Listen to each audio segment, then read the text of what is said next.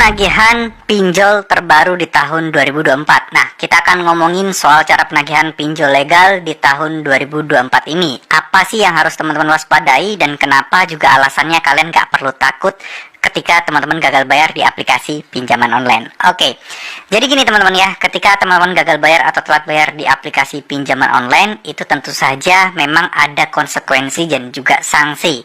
Yang pertama yang akan kalian dapatkan udah pasti denda ya, dan bunga udah pasti akan terus berjalan meskipun teman-teman tidak bisa membayar utangnya atau udah kena denda. Jadi dua-duanya ini akan terus berjalan sesuai dengan aturan dan ketentuan masing-masing pinjolnya. Ada yang denda dan bunganya itu langsung dihitung gelontoran per bulan berapa persen.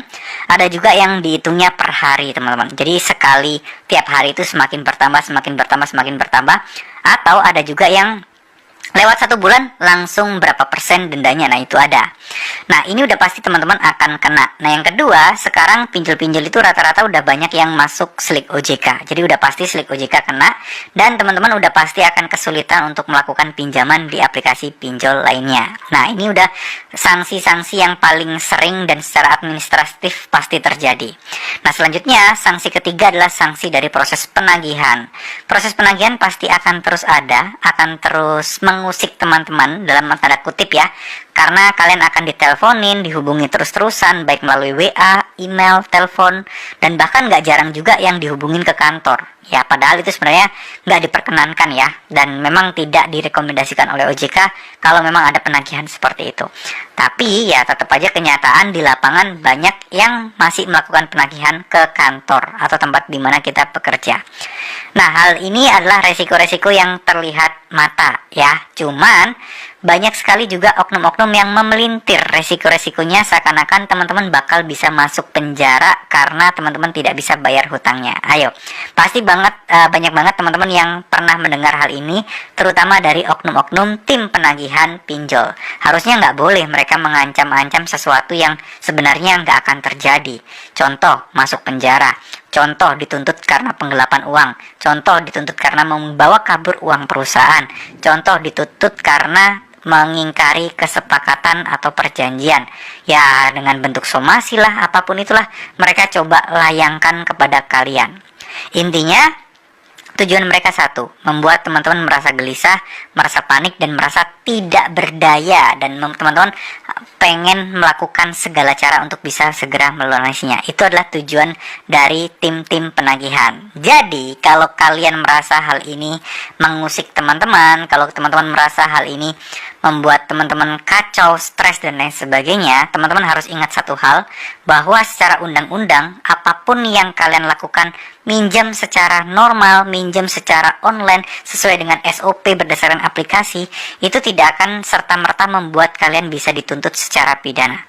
Karena proses ini hanya akan terjadi sebatas perdata saja. Kalau teman-teman sanggup untuk membayarnya dan teman-teman masih belum tahu kapan bisa bayarnya, itu sudah tidak masalah secara perdata ya.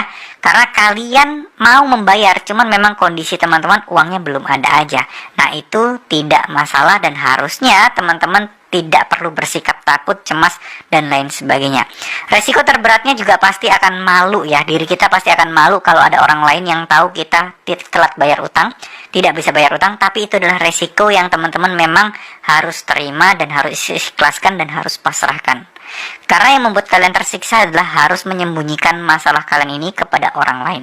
Nah pelan-pelan harus teman-teman hadapi. Perbanyak aja doa, perbanyak aja zikir, perbanyak aja sedekah, dimana ini semua mungkin akan sedikit pelan-pelan menenangkan hati dan pikiran teman-teman, sehingga membuat semua ini akan bisa kalian selesaikan lebih enak, lebih nyaman, dan juga tentu saja lebih tentram ya. Itu udah pasti teman-teman. Ikhlaskan, pasrahkan.